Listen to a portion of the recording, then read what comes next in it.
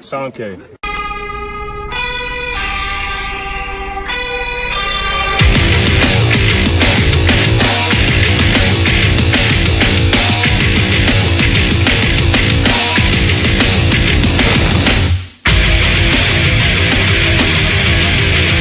I'm a living example of you can get punched in the face and get back up, because I'm the modern day Aztec warrior.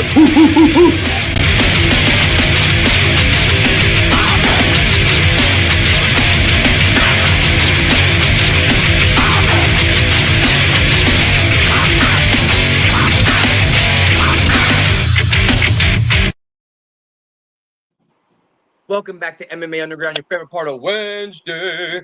I'm one half the dynamic duo known as Buddy V with the one and only Sam K. And shit, man, we got two great guests in the building. You want to introduce who you got today? Heck yeah, even though his name is Steven, we got the invasion of the Asian. Nice, nice. And all the way from Streetbeefs West Coast, we've seen them at the West Coast. We've seen them at Scrapyard. We have the one, the only Scorpio in the building. What up? How y'all doing tonight? Fun night so far? Doing good, doing good. Oh yeah, bunch of work. Heck yeah. That's why we're here, to relax and have fun. Yeah, for sure. Yeah. And shit, Scorpio, you're coming off of a pretty big fight, correct? Yeah. Let's hop into it. All right, sure, yeah. So about a month ago-ish, I just got off my rematch with Shinny. Shinigami. Yeah. It didn't go my way, but it was fun. But it's always fun fighting him because you don't hit too hard, and then he always surprises you with certain things he picks up on from like the last time. Like, so he's doing what, like, he improves, but it's always fun because, like, I'm not limited to talk shit, but, like, he hits soft, so it's like it's always fun to get hit by, like, he surprises you. Yeah. So it's always fun. Like, it went 2 rounds. They called it after the second because I threw up. But those 2 rounds, like, it was just pure fun. Like, honestly. And you mentioned it being a rematch with the original match. If I believe it was a karate combat here at the West Coast, correct? Mm-hmm. It was, yeah, over at the Smoke Ranch. Okay. And what took place in that fight? Because for most of us have seen that fight, and I know a lot of people haven't still seen the rematch, being that it was at a different promotion. But walk us through that first fight. Why did we get a rematch? So we got a rematch. It just happened because the promoter knew we were both Streetbeefs guys, and he thought it'd be a really good matchup, just from our backgrounds. And within that first fight, depends who you ask. Like, it's more or less the same thing. He kind of just beat my ass for a whole round. Again, they kind of called it in between rounds because with that one, it was like, I think it was like seam or something, but I got a cut open over my right eye, and it was bleeding too much, so they had to call it. It was actually pretty close. He wasn't beating your ass like that.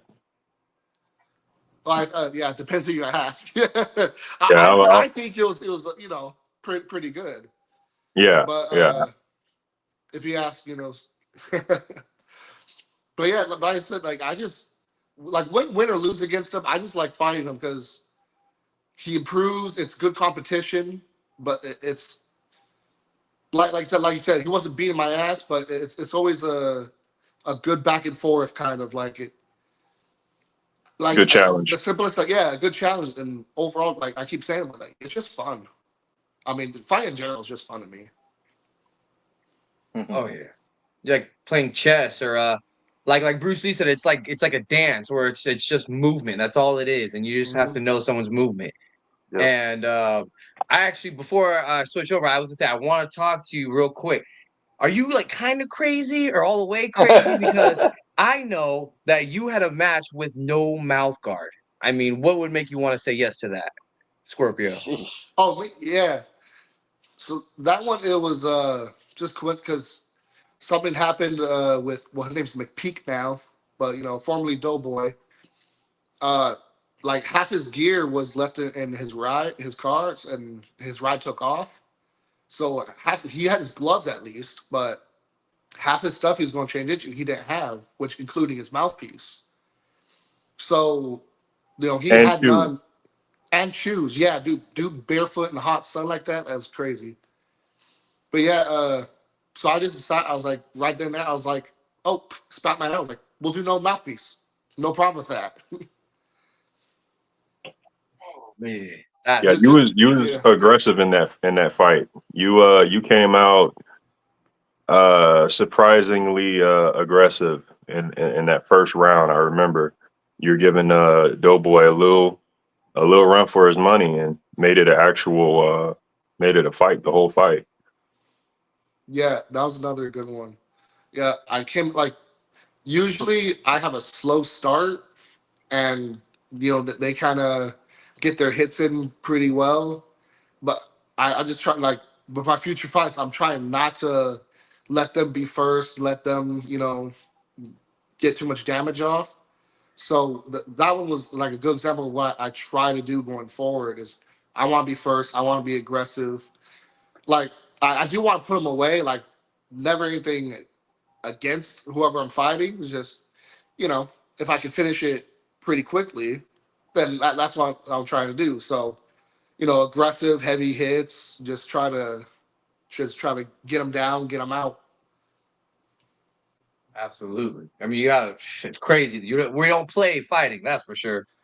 And I was gonna say, Steven, man, we were talking, and you shared some info before in one of the group chats that you fought at the World Kickboxing Tournament. I mean, those guys Yeah, are probably trying to take your head off. Holy crap! I mean, yeah. how did you do that?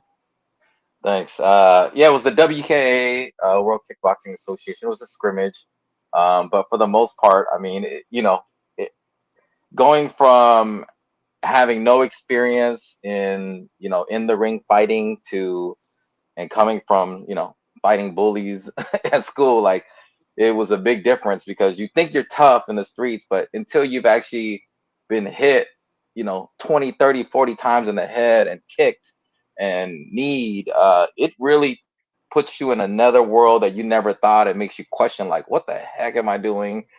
Should I just call it quits? Should I get help? But it was a wild experience. I think for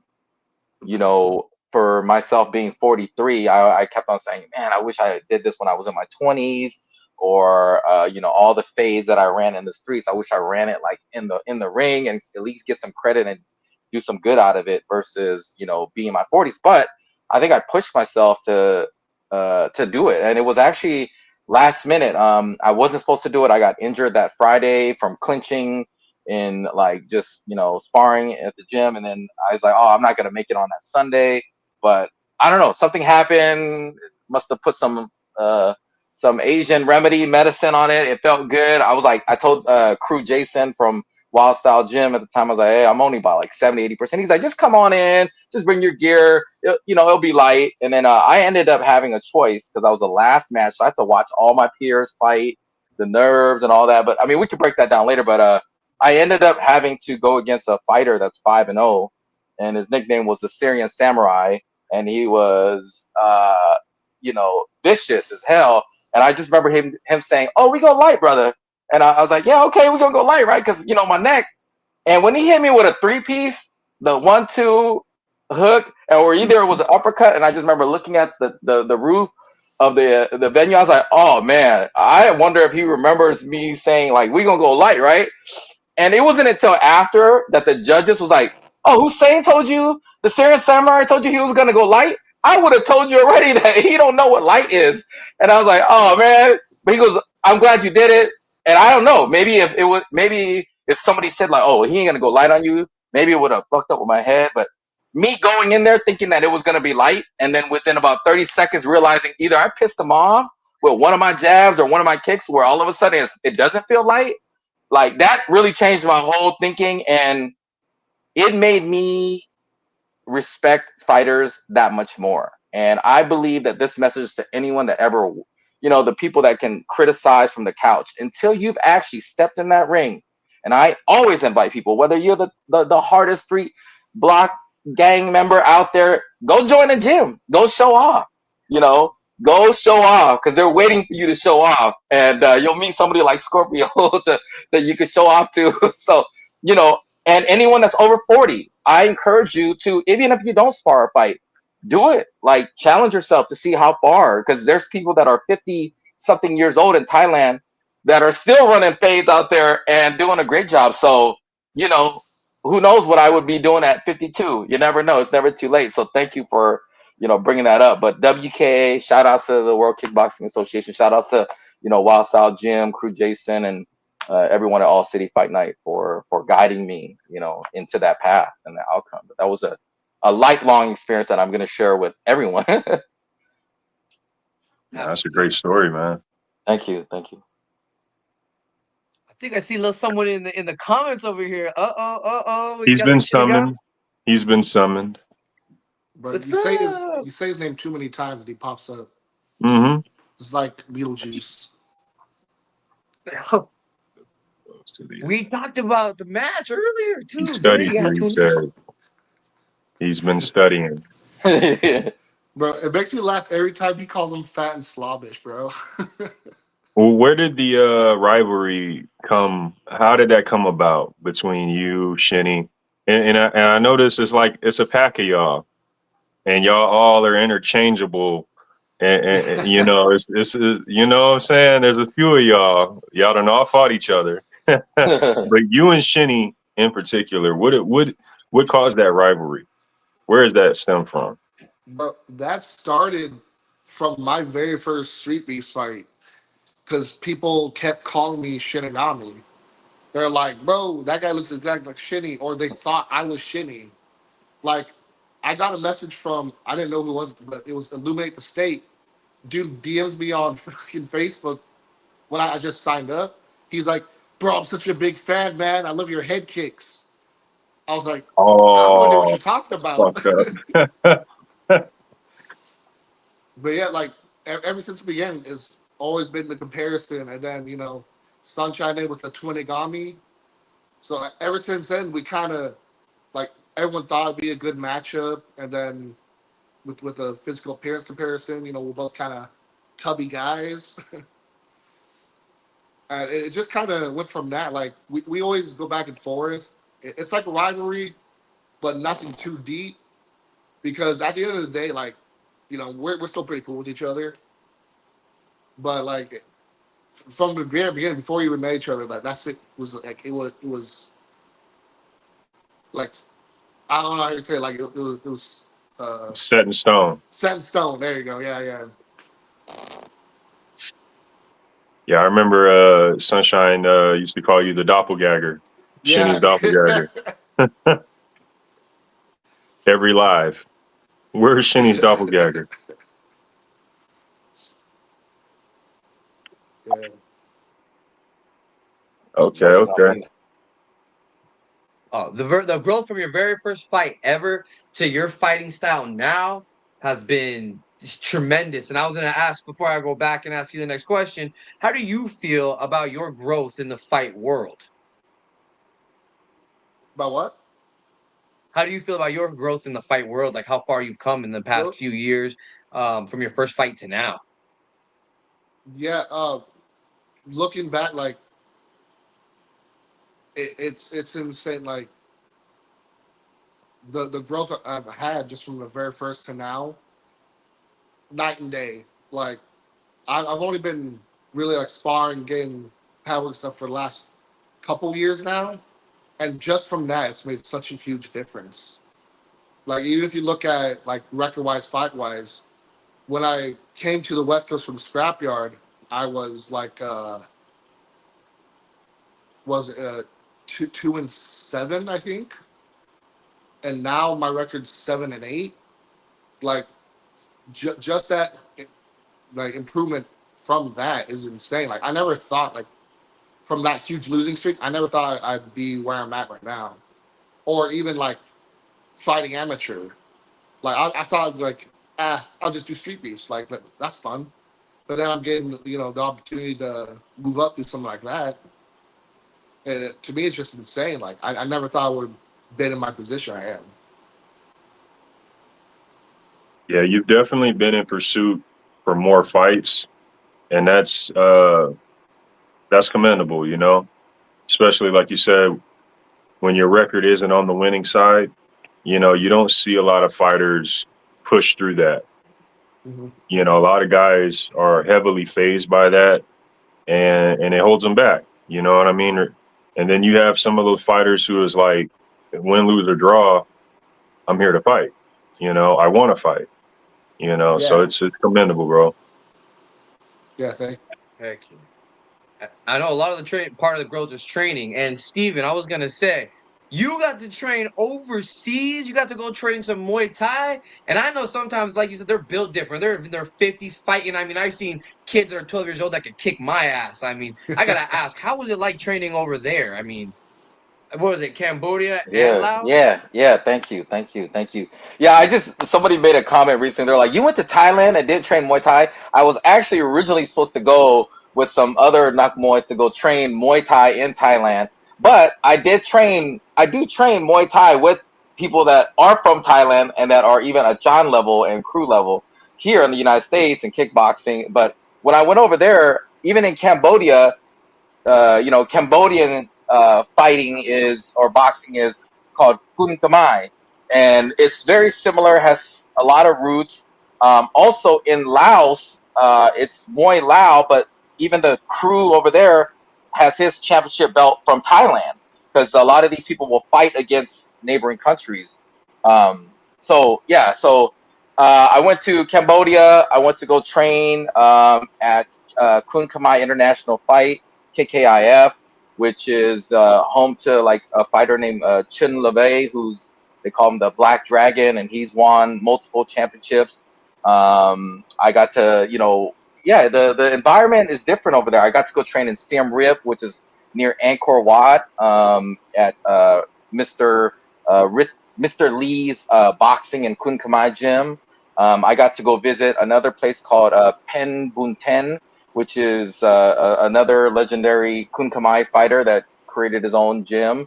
And then I went to Laos to go train at two other gyms, Naga World and Bak Se Laos, which is southern Laos. And then I went to the capital of Vientiane and got to train at Lan Sang, which is basically a million elephants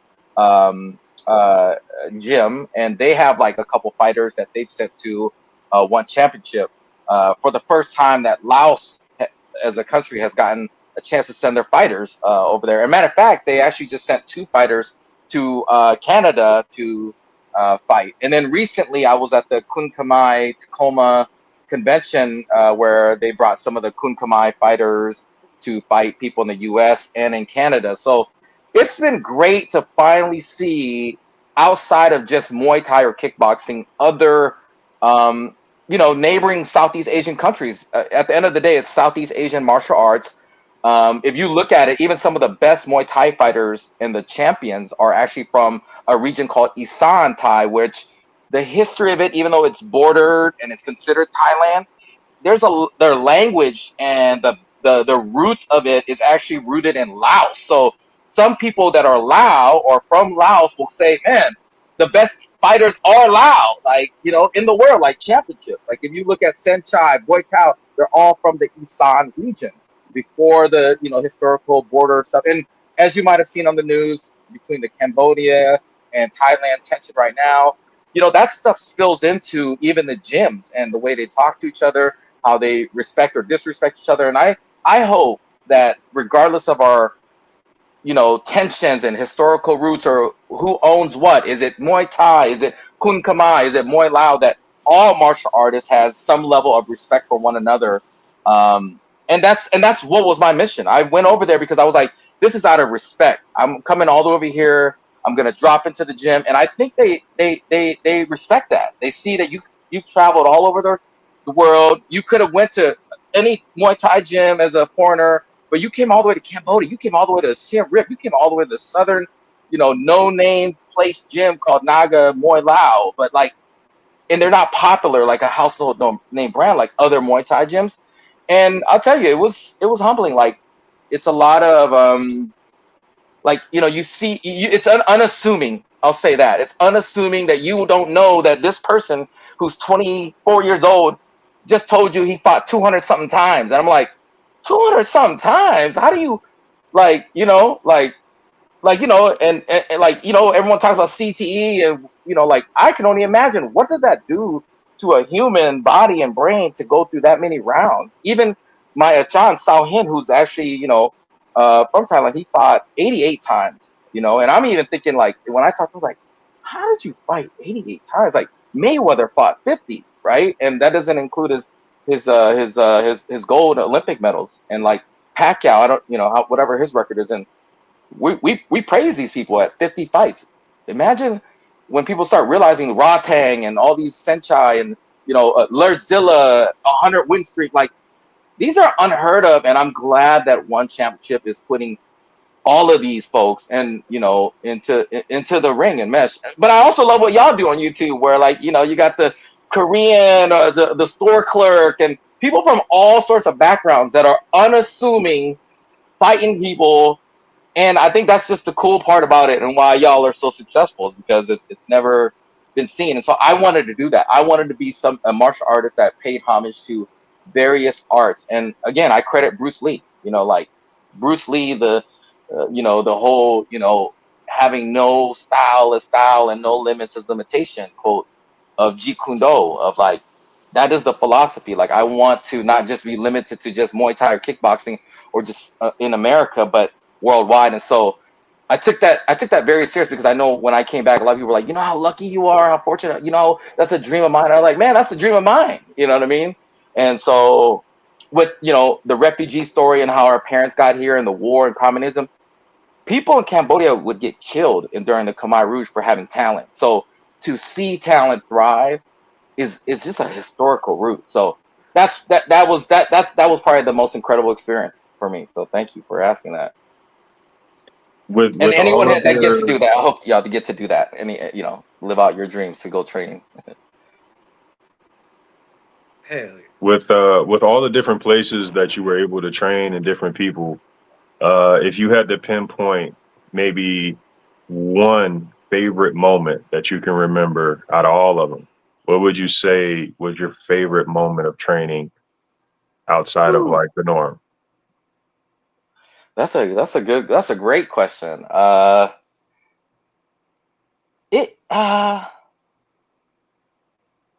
whew. Yeah, because I could just like, I'm like thinking, oh, I don't want to favor like crew Rithi or crew Tha or different crews that I've met. Shout outs to all of them. I don't know, maybe it was the one at KKIF. I was so intimidated coming to Asia and everything that you see or hear about Asia, and I'm like, I'm really here. There's like 20, 30 fighters that I'm looking at. They all look vicious. They're all hitting the bag. I'm even looking at like you said, the little kids, like 12, 13-year-old. And I'm like, yo, it's different here. And it's hot and sweaty. And they're clinching in the ring. And I'm like, I remember just telling person, I was like, hey, I just want to let you know, I'm only here to do pad work and bag work. I know, but if they are going to clown me and they're going to make fun of me because, oh, look at this, tourist and, like acting like he's so special. I don't want to be like that. I'm very humble. So like whatever they want me to go through, I'll go through. So I think that was the first moment. It was at KKIF. And, like, yeah, just all of it. Like to see everyone, to meet everyone, to see surprisingly how welcoming they were. And like, and I think just watching them eat together after training, cook together, like even just giving them $20 for an hour session, and that they weren't even really expecting, like, because I knew somebody that knew somebody, so it was kind of like a favor. But yeah, I think that KKIF was very, because it was the first training. I'm here. I'm finally going to be able to train, and I've been excited. Flew all these hours just to be here, all these days and connections. And so yeah, Kun Khmer International Fight, they welcomed me and showed me what life was like. They're living there, so it was a different reality for me. Like, this is life. And so I better respect each and every person that is living this life, because I'm, in a sense, just vacationing, right? And so, but for them to even accept me as a tourist and, drop in, I was like, wow, like I can't, and I don't want to dig on anybody or any other gyms in America or what everyone experiences, but having gone maybe to 10 different gyms in America and dropping in, you don't always get that vibe from everyone. And not once that I felt like, oh man, somebody's out here to get me, or they're gonna size me up or ego. I didn't get that. I got, you wanna earn it, like you're gonna go through the drills with us. Like, okay, cool. Like, no, you can spar. You okay? Come in. Light spar. And I'm like, oh, the last time I heard light, I got hit with a 3-piece. So, but it was good. It was good. It was a lot of Muay Lin or Muay play, as they say, but technical, and I really enjoyed it. So yeah, thank you for making me think about that. Yeah. That's awesome, man. I love it, man. I feel like I just got a whole lesson. I'm like, hell yeah, I'm about to go do some I hope research y'all and get to stuff. go. It'd be life changing. Like it changed me as a person, like how I view things, and just I'm so honored. So I was gonna say, Yeah. Scorpio, you see yourself ever trying to go, to Thailand or go somewhere else to go train? Could you see yourself trying to, take that next step? Oh yeah, 100%, man.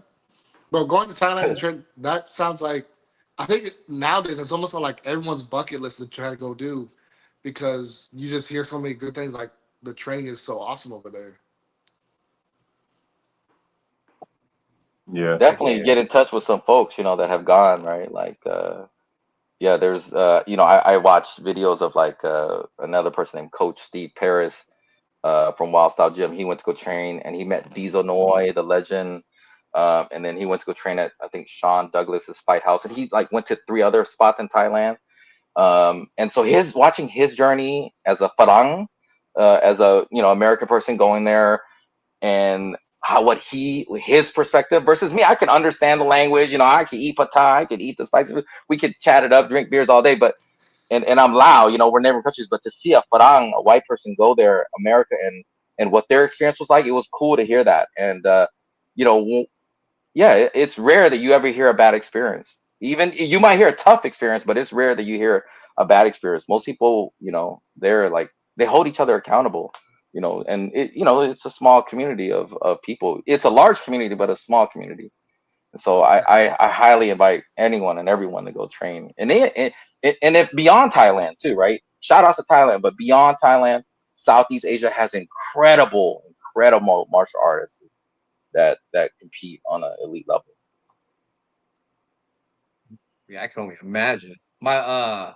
My brother, he's half Japanese. His grandparents are straight from Japan, and he wants to go visit one day. And I told him, tell me, set it up, and I'll go with you. And I won't even bug you half the time. I will go to all the different places, and I'll just get my ass whooped all day long. And you'll see me with a smile and bruises. I'll be like, man, I learned so much. Oh yeah. Well, I'm kind of curious because I want to know. I always ask people about BKFC stuff, bare knuckle, and I'm curious because I like one of my favorite fighters was Boakwa, and he always fights with a smile, and it's like ear to ear, no matter what's going on. And I saw him do some BKFC stuff, and I was I was blown away when they went over there. I was curious, what do you think about that kind of game? Who, me or Scorpio? I'll ask you, and we get the Scorpio right Oh after. yeah. I have a feeling For Yeah, go me, ahead. the quickest short answer to that is that, like, when all my life, even up to my 20s, when I was in the club promotion days, running that fade and fighting for survival in the streets, growing up in the neighborhoods that I did, and in the 90s, the gang era, for just wearing nice shoes or the wrong colors or being in the wrong neighborhood, walking home from school, that fade can happen at any time. Situation awareness, emotional intelligence, and like was it Bruce Lee said, like, no rules. There is no rules in real fighting. It's survival. It's anxiety. It's traumatic. It's not a good thing either. Having maybe ran a dozen fades in my dang life since the 3rd grade, all mostly self-defense. It's weird. And bare knuckle fighting, or fighting with just your fists and stuff, it kind of gives you that sense of reality. Like, this is real. This is not padded. Yes, you have a referee and you have structure, but I think that's what I think about it. Like when I see that stuff, I like it. I like it. I think that it's cool to see people doing bare knuckle and just all that. And I think I relate it back to the street fighting days of like, dang, that's wild that like, you know, you're going like as raw as real. And I think in other countries or other places where it's less regulated, people are going all in. And I mean, I don't know if y'all remember like the first UFC, like when the rules were blurry and Royce Gracie and people, Chemo was pulling hair or getting his hair pulled, and you know you had The people that difference size difference, all of it was like with wild. Bull Fry. Yeah, it was all yeah, exactly. It was Hammer all fist to wild. the Yes. Like dick.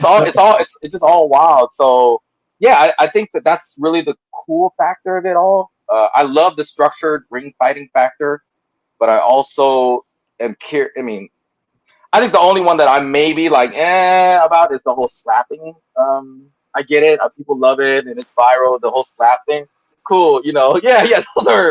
Those are interesting to me. I don't know. I just feel like I put more. I respect people that are actually into, you know, ring fighting and you know channeling that. But hey, you know, who knows what's next? I mean, what do you all think is going to be next? Is that the new wave? The slap, the slapping? I mean, it's been pretty popular. We have several Street Beefs fighters who've entered and done well. Yeah. Uh, Scorpio, did you try out, or was that something else you tried out for? Yeah, that was Power Slap. I had an Okay, opportunity to try to be Oh, on that show. what happened with that? That's one. Unfortunately, I tested positive for a banned substance. So I wasn't even able to make it to the house. Was it something that maybe Shinigami is allergic to?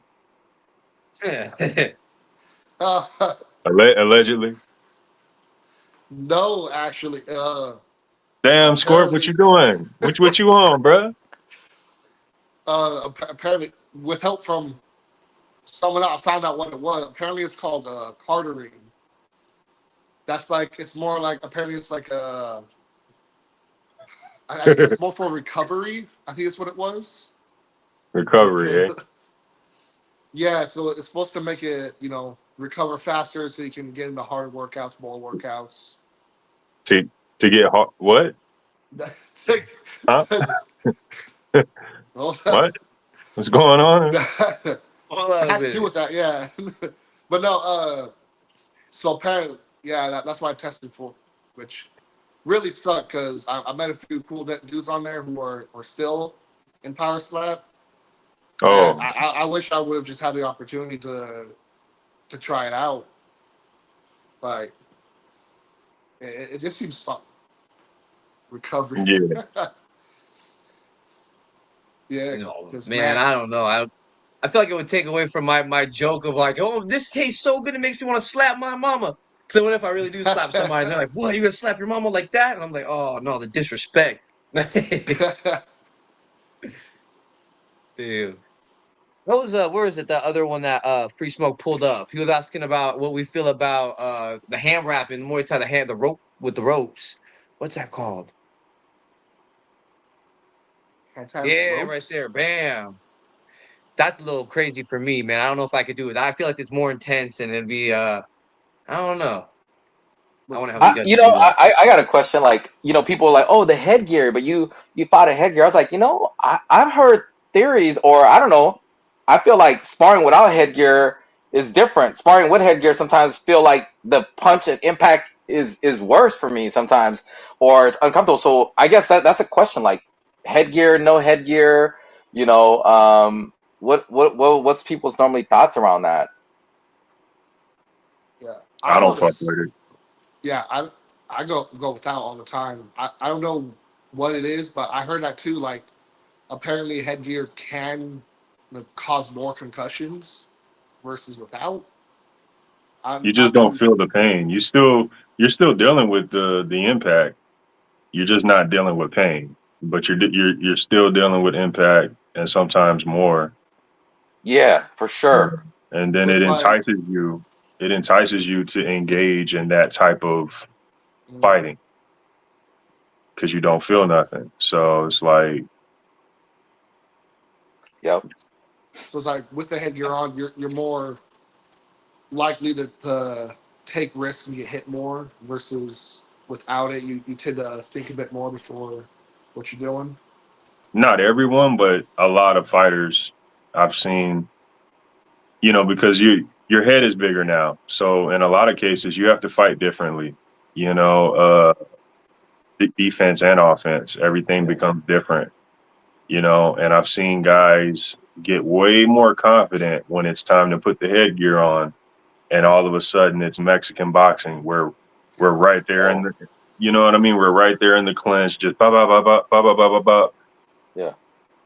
You know, and it's like, what's going on? Yeah. You know, boom, boom, boom, boom, boom, Oh. boom, boom. See, Yeah, I I don't felt know if that. it's the wrong headgear, but mine always gets moved a little bit every time when I get hit with like a hook or if I move with my hand movement. Yeah. And as soon as it moves, they must know because every time I go there, crack, I'm getting hit, and I'm just like. And without headgear, though, I can see the punch coming, so I'm not a fan of it. Yeah. Yeah. And that's No, like, yeah. when they got the strap, I don't know if it's I have too small headgears or what, but it kind of it's tight on my throat a bit, so that kind of is irritating too. That kind of gets in the way. I don't know about y'all. No, absolutely. Yeah, Oh, I I got think the beard, so it moves around. I put it over like no. Yeah, I think I used headgear once due to an injury, and I was like, oh, okay.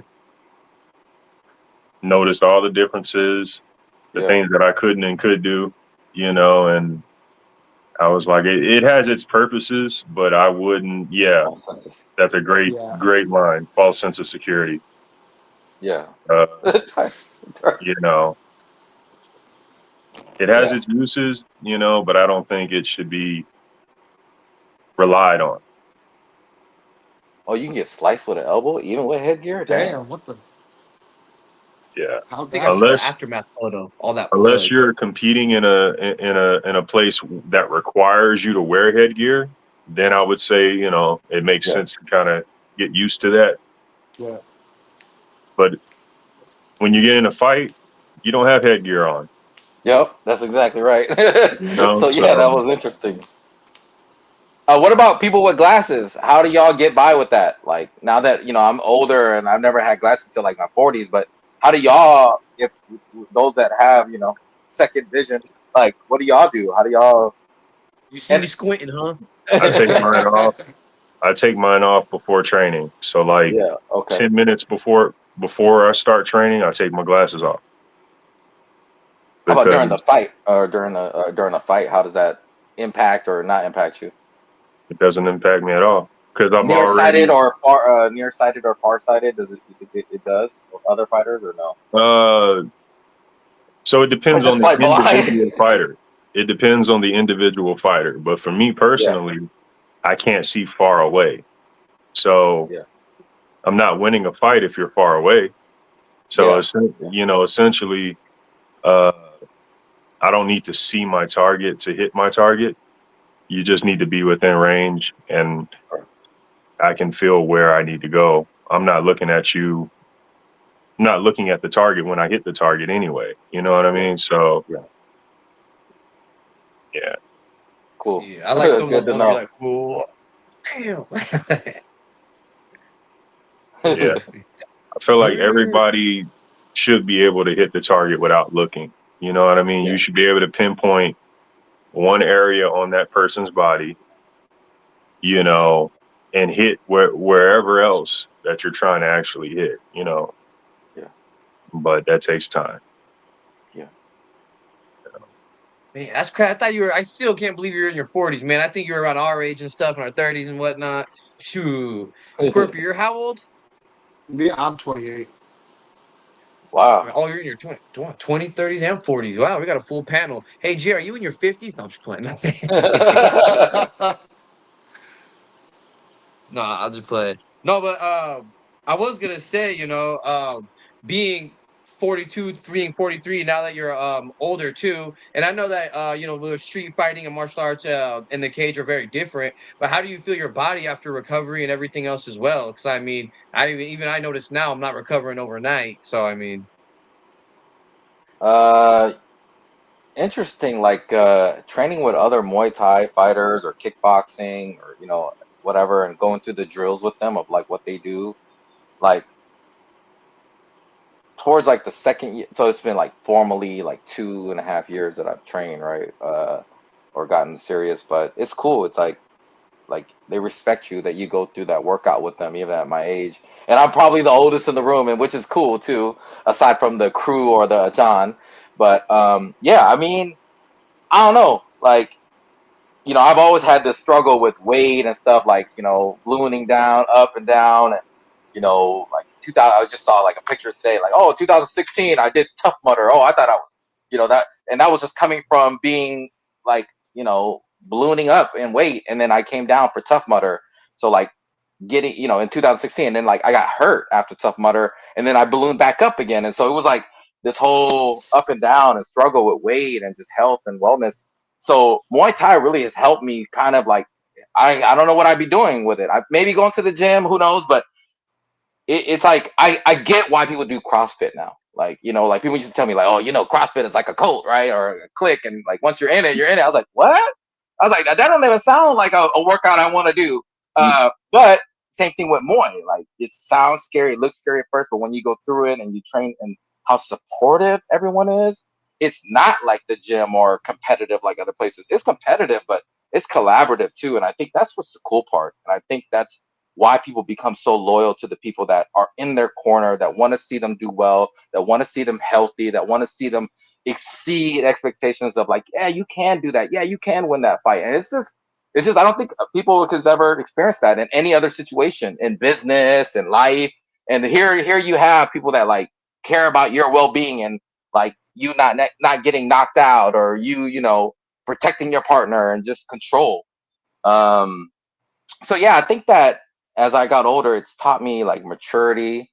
Because before, we would be in a club, and if you mug somebody the wrong way or whatever, anything could pop off. And so those, those tensions and those anxieties and stuff like are kind of removed, and it lets you just kind of train in a supportive, collaborative environment.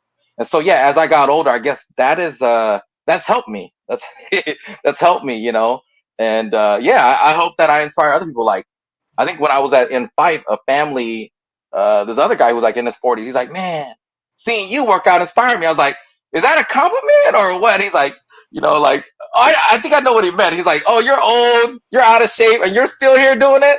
Man, I could do it. So I was like, yeah, you can. See, look, and we all can do it. Like A for effort. Like I think you said something earlier about whether you win, lose, it doesn't matter. You still showing up, right? Like you still gonna put in the reps and the drills and the work and be alongside everyone. And if it's not for you, it's for your partner that has a fight or an exhibition, and you're cheering that person on and you're working out with them for that case.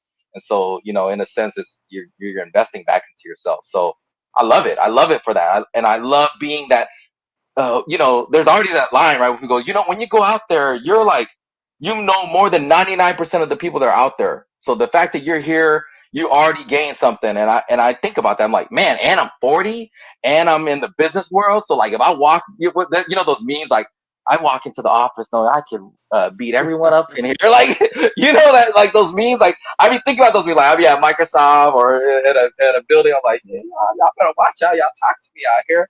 Like, catch me at the gym. No, but yeah, like it gives you that confidence, that calmness and collaborativeness that you've never felt as a young. I never felt as a young kid. So, to be able to give that to the youth, and I think that's probably the key thing out of all of this is that to come in as an old head and like it feels good. Like yeah, hey, let me help. Like, and it feels good to see other teams where I'm like, damn, man, when I was at that age, the things that I was doing, but you're out here training and y'all got belts and, you're 17 or you're 22 or 26. I mean, y'all, all y'all still young, and it's cool to see that. It's cool to see y'all channeling it in the right positive direction. So yeah, that's how I feel about that. And shout out to anyone that's over 40 and that's still thinking about it. Do it, Like that's probably the weirdest part when I talk to other people. And it's like, hey, it's like when you tell people, hey, I skydive, they're like, oh, I'll never do that. Oh, I do Muay or boxing. I'll never. Why would you want to do that? Why would you want to jump out of a perfectly good plane? Why would you want to get punched in the face? And I was like, yes, I guess everyone has their different reasons of why. So. WA. Yeah. Question for y'all: how many over 40s have y'all? Have y'all ever? You all highlighted your fights. I mean, I've seen y'all highlight some of the folks, which is cool. I know on the West Coast we had a Masters division. The problem is having enough of the older guys show up at the same event to fight each other. Mm-hmm. So we do have plenty of guys over 40, plenty. Cool. It's just, again, are they showing up at the same events to actually fight each other, and are they the same weights? So a lot of time you do have maybe an older guy versus a younger guy due to who's available that day, But I mean, like Free Smoke just highlighted, WA. He's phenomenal. He's one of our Master Division champions as well. Phenomenal guy, phenomenal fighter. And let me see, we got Don Draco. He hasn't fought in a while, but his fights were pretty explosive. Shit. I want to say Weto's 40. Weto puts on some good fights. Yeah,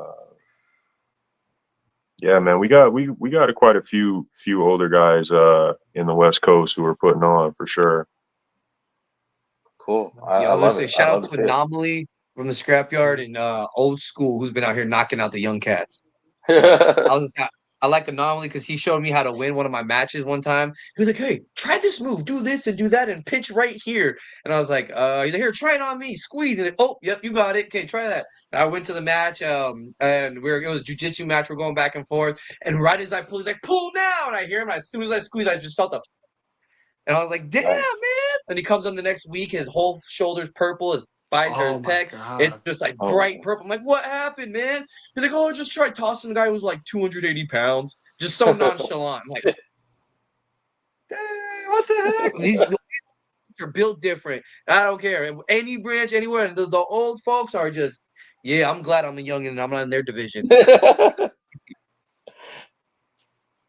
Yeah, no, there's some 50-year-old folks that I've seen at the gym and even in sparring, right? Like there's that meme too, right? When your opponent sparring is a 40-something-year-old divorced dad.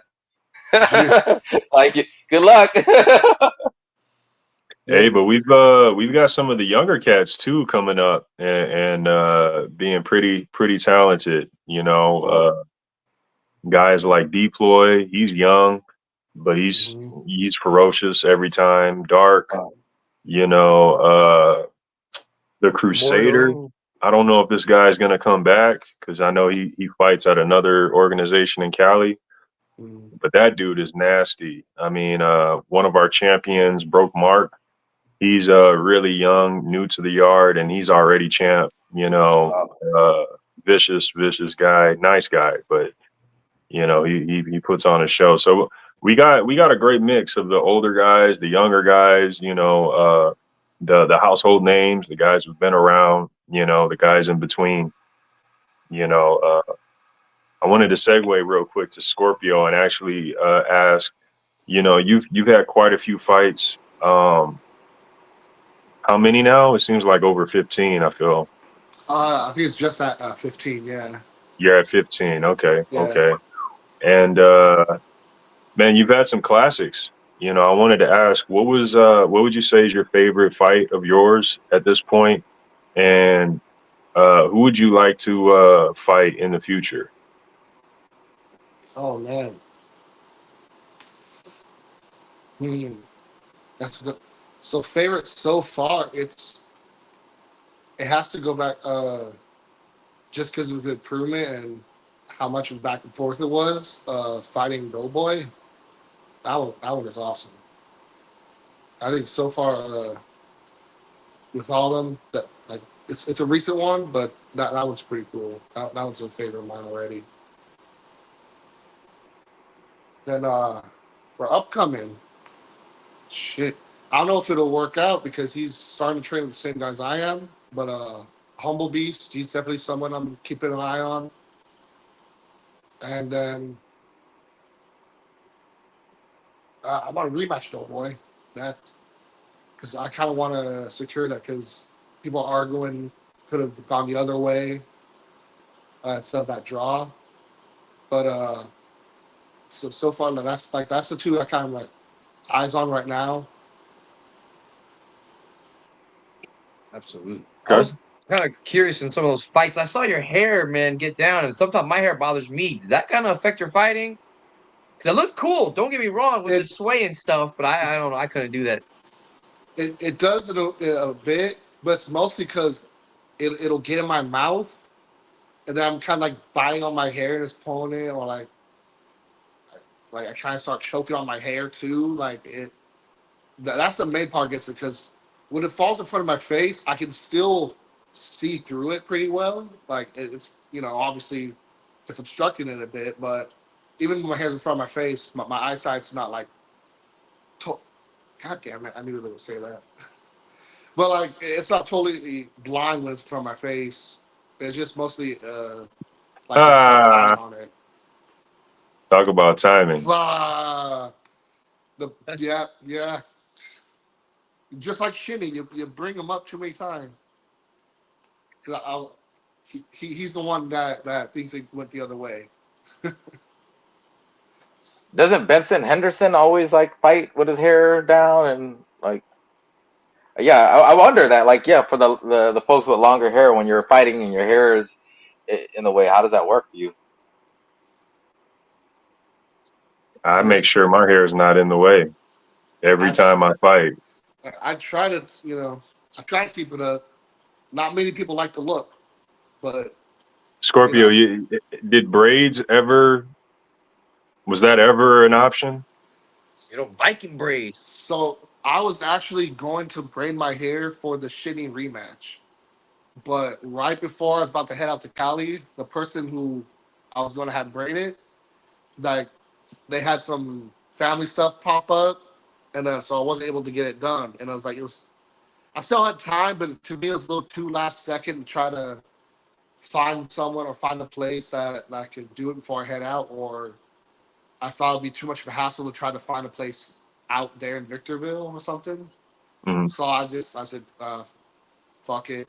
We ended up taping it, which it worked all right. It didn't fall out, but it kind of like it got the top of the hair was loosened up a bit, but it held all right. Hey.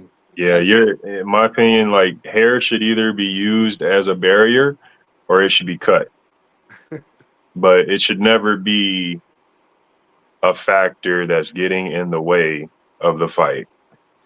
yeah, You know what I mean? What yeah. that boy That said, that man said, I got my hair done a week ago and the grease, what? The grease got in your eye? What? oh Was that Gervonta Davis? that's your Yeah, yeah.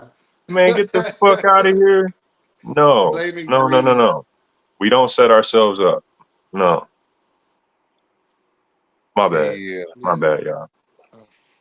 It's I funny mean, because yeah, shaving your head or whatever. I mean, like, what's your like the routine and stuff like that? Prep, like I've always asked you, like even like, what do you eat? Like like depending on the time of your fight, what do y'all eat? Like, what do y'all drink or what do y'all eat? Is there like what's it called, regiment that y'all follow or a routine? fight day, Heck I yeah. usually just sip on water because it's my street beefs too. We're out in the sun all day, so I'm just making sure I'm not overheating. That's it. I try not to eat. I don't know why. I just don't eat on fight days. Lead up to the fight. Afterwards, obviously. Okay, Is that for training, for training camp. the weeks Oh, I thought leading you said for the up to fight the day. My fight. bad. Or, I mean, or no, the fight night, the fight day, like that day, like, you know, to avoid having to, like, you know, like throw up, or, you know, like go to do a number two. Like, how do you, you know, avoid that, or having a bad stomach? Like, is there anything like that, or, you know, how does that work? I've always thought about that. I can't avoid the pre-fight boo-boos. I always, when it gets close to match time, my stomach always bubbles no matter what. Even if I fast, I can feel it. I'm like, I didn't even Wow. ate anything. I'm like, oh. But yeah, I'll try to keep my stuff liquid. I'll try to make sure that I keep like a fast the day before, day of. I'll keep it like an apple, something light. I drink my coffee black, so I'll for sure have black coffee. Yeah. Also, black coffee helps. Like, Yeah. I don't know. I try to reduce my sugar in the are everything y'all else. like doing you could take a shot. So yeah, okay, good. Like bread, like, I mean, like, you know, are y'all, you know, like runners, you know, the night before they're eating pasta. Like, is that, I don't know, for fighters, is that I don't know. What do y'all, what's y'all opinion on that? Just as, you know, as fighters, like, I love to kind of hear. As a heavyweight, I don't usually watch what I eat too that often. That's what I was waiting for. Load up, yeah. Hey, Just the truth. Yeah. Man said, Does it "Oh, I'm ever make you drinking every morning." tired? Like, No, yeah, no, no. Fight eating too day, much of something? that's Yeah. true. Fight day, I'm usually just sipping on water until after the fights because I Okay. don't want to risk wanting to, need to go take a shit, especially out in the hot box or somewhere. Like, I don't want to do that to people. And Has is that Does this effective? Is happen? only drinking water, is that effective for you? Does that Yeah. work? Yeah, is it? To not have to take a shit, yeah, Okay. yeah. Like, you know, I never tried. Like, maybe if I have breakfast or something, I could perform that, but I don't necessarily notice too much of a difference if I'm just sipping on water versus if I had something. Because usually, if I go out without eating, if I'm feeling like we said jittery or something, like, like I'm feeling like I'm hungry, like that would affect me. On fight days, that usually doesn't happen. Could be because I happen to stuff my face from that before. I don't usually watch what I eat regularly, so Okay. it could be I just happen to have enough calories to go that long. speaking of prepping for some fights, you got any amateur ones coming up on the book outside of Street Beefs? The what? Do you have any fights lined up or coming up outside of Street Beefs too? Because I know you've got a couple amateur ones. Outside as of yet, I don't. I think Gladiator Challenge has another event in October, but yet I haven't been hit up for that yet. So let's see, is it June? I don't know. Maybe Yeah. maybe after this Street Beast event, I'll hit up the promoter and see if he needs any heavyweights on there. What has Like, your training been like? Because we're in the chats with each other. I hear you mention training from time to time. What is I'm curious, what is your training regimen looking like? How often, how consistent? What does it consist of when you are? We want to know. yeah, yeah. So mostly, the most consistent I can be on is the weights in the gym. Trying to keep it more volume, not as you know heavy lifting as I would do before. So try to get the high volume up, trying to potentially burn more calories. Like, just try to do that. I don't do tremos often. I try to get out and do road work. That doesn't happen too often. My main ones will be Cardio is key. my main stuff will be higher volume of weights, and then I hit the bag after every workout. Do that for about it's either like half an hour or maybe like 10 rounds, depending which happens first. But like recently, I'm trying to meet up with other fighters more. Like Saturday, I went out to Tucson, did some sparring with Hellhound. This Friday, I'm about to meet up Hell, with. you did or you're going to? No, I did. Saturday, I did. Hellhound Uh, who? I think his full name was the Sonoran Hellhound. I had to get confirmation. Okay. Yeah. He's fought once before, Street Beefs, I'm aware. I'm aware.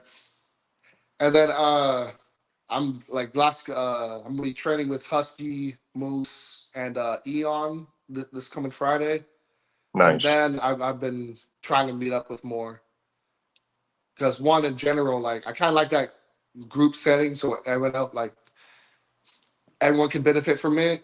A few other times, like Husky and I have been more trying to meet up and help each other get the work in because we're in a little group chat with Tank and some other fighters too, and we're trying to keep each other consistent. Yeah. Try not to like I usually do. Maybe focus on training for like a couple weeks, then fall off for like a month. So yeah, he's been real helpful too. So we've been trying to help each other out. Like, about to see some elevation to these levels, man. I can't wait to see you get back in that cage again. Shit.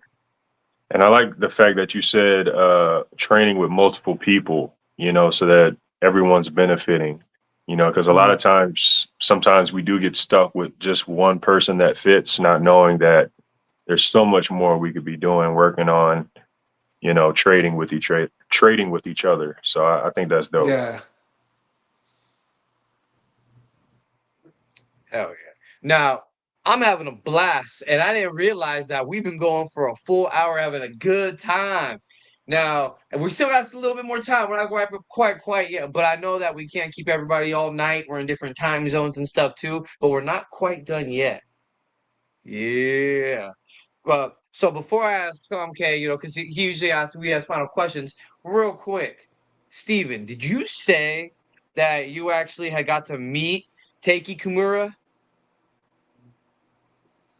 Yeah, I did. I did. For those that don't know, he was part of the Junfan Gung Fu as Bruce Lee's first certified student. Shout outs to Dan Insato and everyone there. But for Seattle and JKD. yeah, Jake G Kundo, JKD, yes, absolutely. I highly, invite if no one's ever read the book by Matthew Polly about the life of Bruce Lee, I highly invite people to do that, and especially the audio version. Just plug it in when you get a chance on Audible and just listen to Matthew Polly's book, or Shannon Lee, his daughter, the Be Water book. It really highlights the backstory of Bruce Lee, and so being such a fan in just that and just the backstory of what he's done in his life and all the obstacles behind the scenes. And then, like even Taki Kimura, who was Japanese. And, at the time, again, contrary to belief, we ain't all Asians, all ain't united, especially like Southeast Asians, right? We're like really super segregated or biased towards one another because of communist war, just history. But here in America, now that we're all here, uh, especially Bruce Lee, age difference and ethnicity difference really mattered. And for those two to come together and Taki to be so humble, he even has a documentary called Heart of a Dragon. I will highly recommend that. It's a free documentary. I think Jamil Solomon from Seattle made that documentary before his passing. So just a short story. I got lucky. I was talking at a Comcast employee resource group. I happened to use Bruce Lee as a talking point, and I didn't realize that one of the workers there was named Andrew Kimura, and they were like, that he's the grandson, or he is the godson to Bruce Lee. His dad was Bruce Lee's best friend, pallbearer, best man, and number one student named Taki Kimura. So I was like, what? Started doing a Google search, and I was like, yo, I don't know what happened, but I messaged them, just my business side. I was like, yo, do you ever talk at Comcast, ERG? Andrew, I heard something Kimura. I saw that you guys have the school, and I got a response, a reply by email, and they were like, we don't just invite anyone to the studio. It's very private. And I was like, oh, there goes my invite. And like, they're like, tell us more about something. I forgot what they asked me, like a question, like, what's your motivation for wanting to meet Taki or whatever? Because they weren't taking on any students. And I was like, oh yeah, and I met somebody else from like, I think was it Wushu, doing Wushu stuff, and they happened to train out of this small private location that was actually considered like the Junfan Kung Fu school for Bruce Lee's Jeet Kune Do, Taki Kimura. So they're like, you know what? You just happen to be in luck. It's his 90th something birthday. Students from Dan and Santos here. All the students will be here. We'll give you an invite. And I was like, oh, bet. What time? And they're like, yeah, come in at 8. I went there, and sure enough, I was like, this is unreal.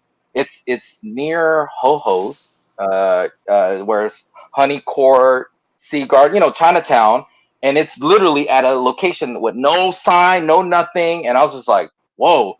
And so, but I was able to take a picture in there, and I just saw Taki sitting there, and yeah, like, and then I met some of Dan and Santos students. I don't remember the name. I met his son.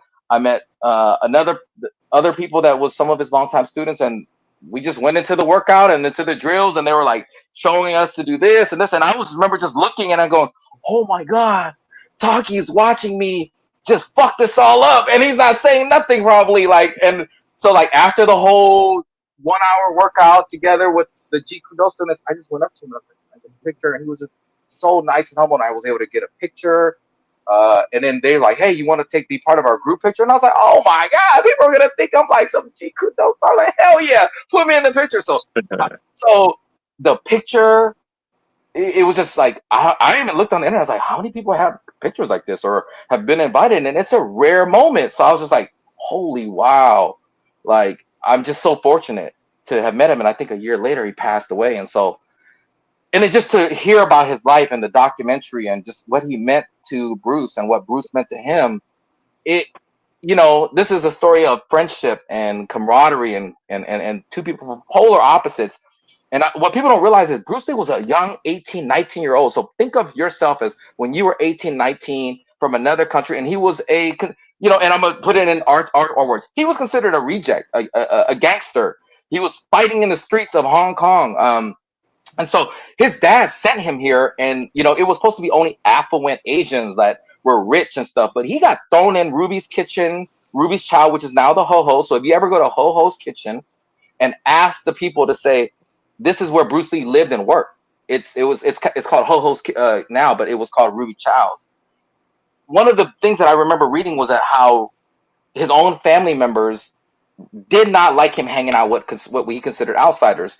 Why are you training black people, white people, other people, the art, and in the back of the restaurant? So I can only imagine what a 19, 20-year-old who was defying traditional American martial arts too, because he wasn't coming in going, oh yeah, let's be cool. He was like, hey, this is bullshit.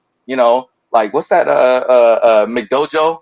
He was like the original McDojo. Like, nah, all this shit is bullshit. And so all the elders, and even saying that to an elder Asian and other martial artists is already a sign of disrespect. So I invite everyone to read that. I invite people to even read about the story of the Wong Jackman fight with Bruce Lee that happened in San Francisco. So, you want to talk about street beefs and settling things, like Bruce Lee really ran that fade, and there's witnesses and how it all went down. It's not just the movie. It actually really went down. It's the fight with Wong Jackman. And then even the aftermath of, like, it made him question his art. It made him not reject Ip Man or Wing Chun, but question it. And, he was a cha-cha champion, a Western boxing, and people don't know this about him. But, let's keep it, like, really, really real. Like, the dude is an entrepreneur, a philosopher, you might call him a nerd today. And that's what I love about it. Be careful who you call that nerd, that, oh, look at him, philosophy. What's this all philosophy? What's this actor guy doing here? He was really running phase, and he was really doing things behind the scenes and trying things that people didn't try at the time at his young age of 19. What were we doing? What were we thinking about? And who were we hanging out with? So I look at that as such a life-changing role model, and just the story of Bruce Lee is just so inspiring that more companies, more people, more youth should study about. And so, and it's available to us for free. And shout out to Taki Kimura, because without Taki, there would be really without Taki, there wouldn't have been that Bruce Lee story. And without Bruce Lee, I think Taki himself has admitted that, like, Bruce Lee, there's like a quote, like, no matter where Bruce Lee went, he always like treated people with respect and lit up the room. And that's why he was all about labeling the heart of a dragon, like beyond the physicality and what we know, but the heart of the dragon. And I think Bruce Lee showed us the mind and the intelligence of the dragon with him reading and researching, and shout out to Nipsey Hussle or Tupac. We don't see that in what we consider a gangster that's intelligent. So, a fighter that's intelligent is a different kind of beast. So, that's the Taki Kimura long story of that I wanted to share. So thank you. And I've been meaning to share this story with somebody, and this happened to be like the perfect platform and people to do it with that can respect that. Otherwise, like when I tell that story, they're like, "Oh, that's cool." I'm like, "Nah, man, that shit is classic." Yeah, that shit is like, I got the Pokemon card, man. Like, yo, like that's like that's my bragging right. It's like, yeah, I got to meet, Bruce Lee's best friend, and pay my respect to people that have really paved the way of a different way that what we thought, because so much of this alpha male and the tough guy and the stuff is out there in fighting. I think that there isn't enough of the philosopher and the unassuming person, the calm, ness. So yeah. And if you love Bruce Lee, there's a free YouTube video, Heart of the Dragon with Taki Kimura. I think I invite everyone to, because people like Taki Kimura don't get the respect and representation like Bruce Lee. And even Bruce Lee himself, I still feel, is still underrepresented behind the scenes for all the stuff that he's contributed to martial arts and MMA. So yeah, thank you for sharing that. And shout outs to Jun Fan Gung Fu. Shoot, y'all, it's been a phenomenal show. If we can get you guys' socials, any plugins you guys want to do, now would be the perfect time. Scorpio, go ahead. Yeah, you guys want to follow Instagram? It will be WC Scorpio. I do TikTok sometimes. I'll be Streetbeefs Scorpio. Go on, hit me up on there. Get a follow in. Appreciate it. Thank you. Yo, shout out to everyone. Steven Matley, just like you see in the screen. 206 is my Instagram. Steven Matley, you can look me up on all social platforms. I pride myself on being like a Gary Vaynerchuk in a sense, where, like, hey, let's document, and just show out there. And, I'm a CEO of a company called SM Diversity. We're in the recruiting business. And I've been doing that for a decade. And, I try to bring that. I try to bring the realness to my business. I try to bring it to the people that I meet, and I hope to take the negative that I've had to endure and, show people that you can convert it into positive. And more than that, you can give that gift to the next generation of these youths that are hungry, that want it, and they need us to be positive role models for them that maybe they don't see or exist. And so, think about your own martial arts journey and what sparked your brain, and give that gift to somebody else. And that's all I want to do, like with what I'm doing today, is just give that gift of inspiring others to keep going. Thank you. Bro, this Yeah, thing's thank awesome.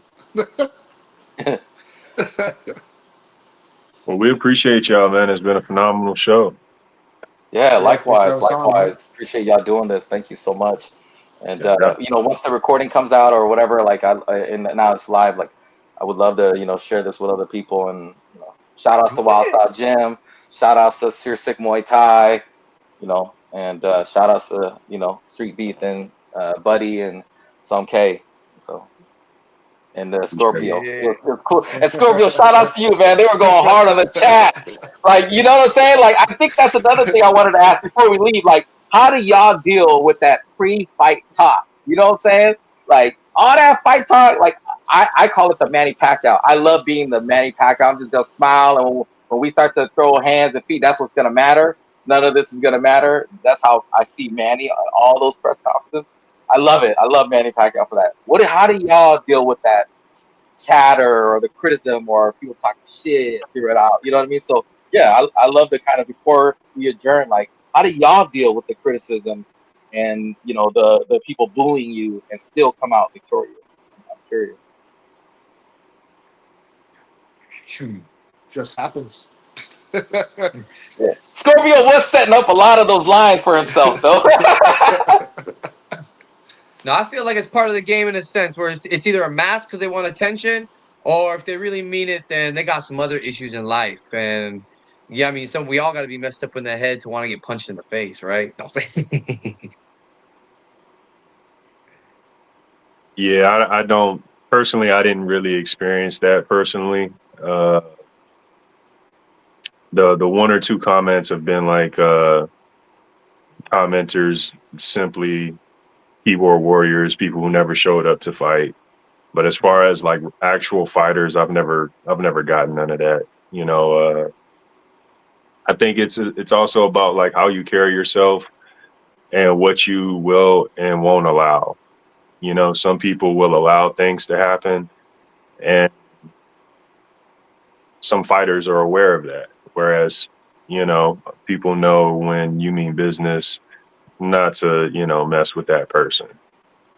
So yeah, man. Every fighter's different. Some people like to engage in that because it hypes the fight up and it hypes them up.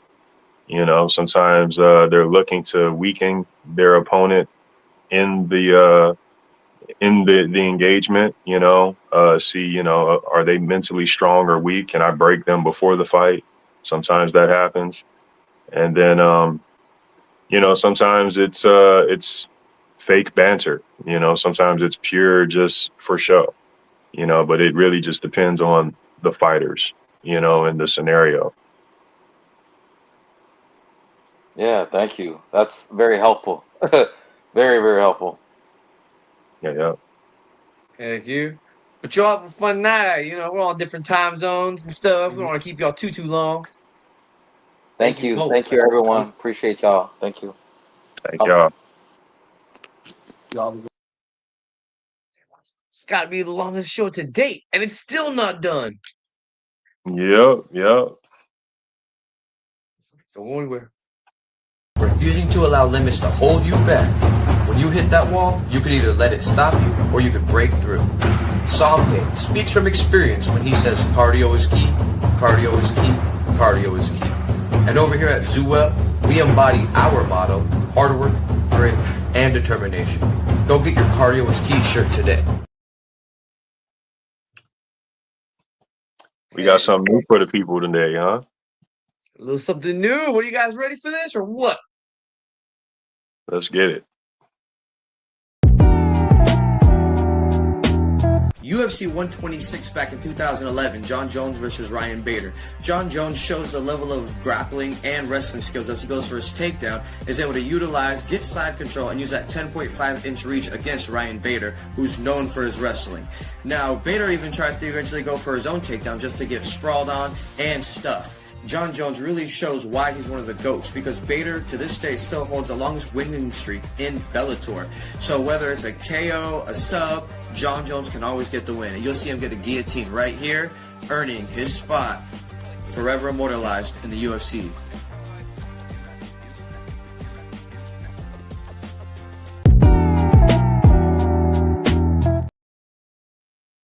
Yeah. It's only half of the fun surprise, right, Somke? Yeah, we got some more. Refusing to allow limits to hold you back. When you hit that wall, you can either let it stop you or you can break.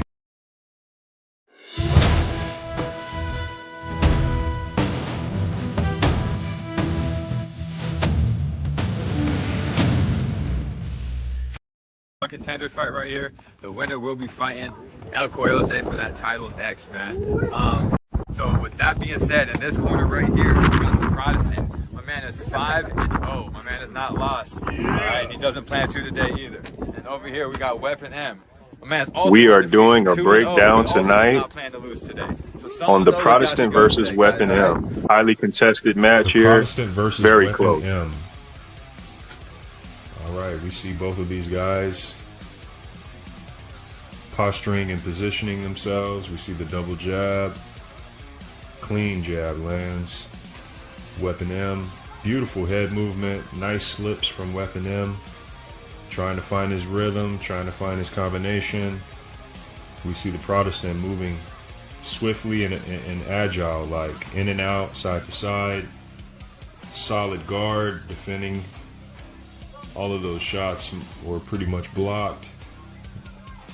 But Weapon M is turning up the aggression, coming forward and throwing with intention. Love it. Both of these men possessing two different styles, and they're both working their game. Weapon M going to the body. Relentless hooks, back-to-back hooks. Protestant turning him around, remaining calm, throwing that jab, throwing that uppercut, staying tricky. You see a lot of these shots are missing. The slips, the double jab, and the two to the body. Beautiful work, body work. Weapon M is still in the game. He's still here to fight, still here to bang. He's catching some clean shots from the Protestant though. Protestant is staying patient, picking his shots. Weapon M looking to unload his combinations. All right, beautiful body shot from the Protestant. Weapon M shelling up very nicely, defending himself very nicely. Beautiful, beautiful slips. And that was round one. So that's the end of round one. Very active round. Weapon M pushing forward explosively, and Protestant remaining sharp, patient, and accurate. All right, let's move to round two. And here we are, round two. Weapon M coming out the gate with an aggressive 1-2. We see the Protestant steady, using his composure, his calmness. We see the feints. Some nice jabs. Both of these men are exchanging some nice jabs. Can't turn your back, fighter. No spinning. Beautiful combos. Great body work. But Weapon M is really defending himself well, especially his body. He's taking a few up top, but watch your heads, men. Watch your heads. Great uppercuts, great hooks. I mean, that triple jab was beautiful from Weapon M. Right in the pocket. These men are standing toe-to-toe. And this is what you want to see in a fight like this. Title, both of these men are fighting for the title. And it shows. It really shows. Beautiful exchanges. Weapon M working off of that jab, that double jab. Protestant really working that body. Really going to town with that body work. We see Weapon M throwing a few combinations to the body as well. I mean, truly the definition of grit and heart on display right here. Solid overhands, solid 1-2s, body work still there. And Weapon M is still in the mix. Still in the mix. Not as much steam in the engine, but still pushing. We see Protestant starting to slow down a little bit. Explosive round. And that's the end of round two. These men brought a relentless pace to this fight after a very close first round. It's very obvious these men are trying to maintain and establish and take the momentum. I saw a lot of power shots versus a lot of volume thrown in this second round. Let's move to the third and final round of this fight.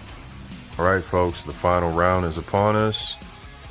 And immediately we see Weapon M coming out, pushing forward, being aggressive.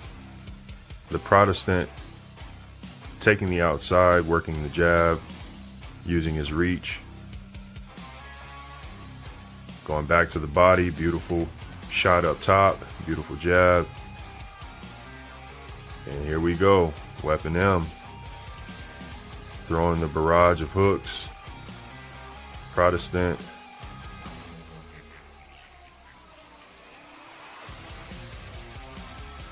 working the outside from Protestant. And Weapon M is just going to town with the barrage, the 1-2s, the hooks.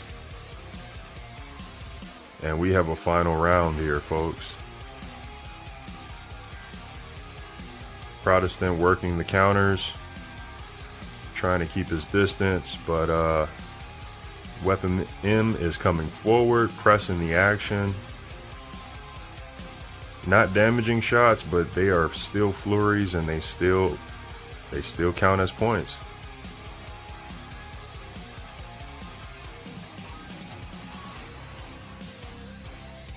Countless shots being thrown here.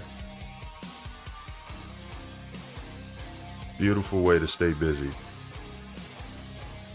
And we see Protestant pressing forward, coming in with the heavy shots. Weapon M will not be stopped though. Even backing up, he's still throwing. Consistent, relentless. Protestant throwing some damaging shots here. Being backed up though. I mean, these guys are going back and forth, back and forth. This is that's a fight. That's a fucking fight.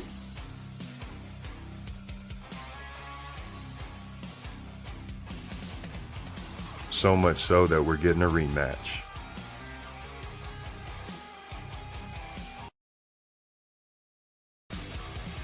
And that is the end of this fight. The Protestant versus Weapon M. This is a phenomenal match between two phenomenal warriors here out of Streetbeefs West Coast. And it was such a close bout, as you saw. We will be getting the rematch between these two later this month. So make sure that you're subscribed to Streetbeefs West Coast on YouTube. Make sure that you're subscribed to Yankee and the Brit on YouTube. And make sure you're checking out The Smoke Break with me, Sam K, every Wednesday.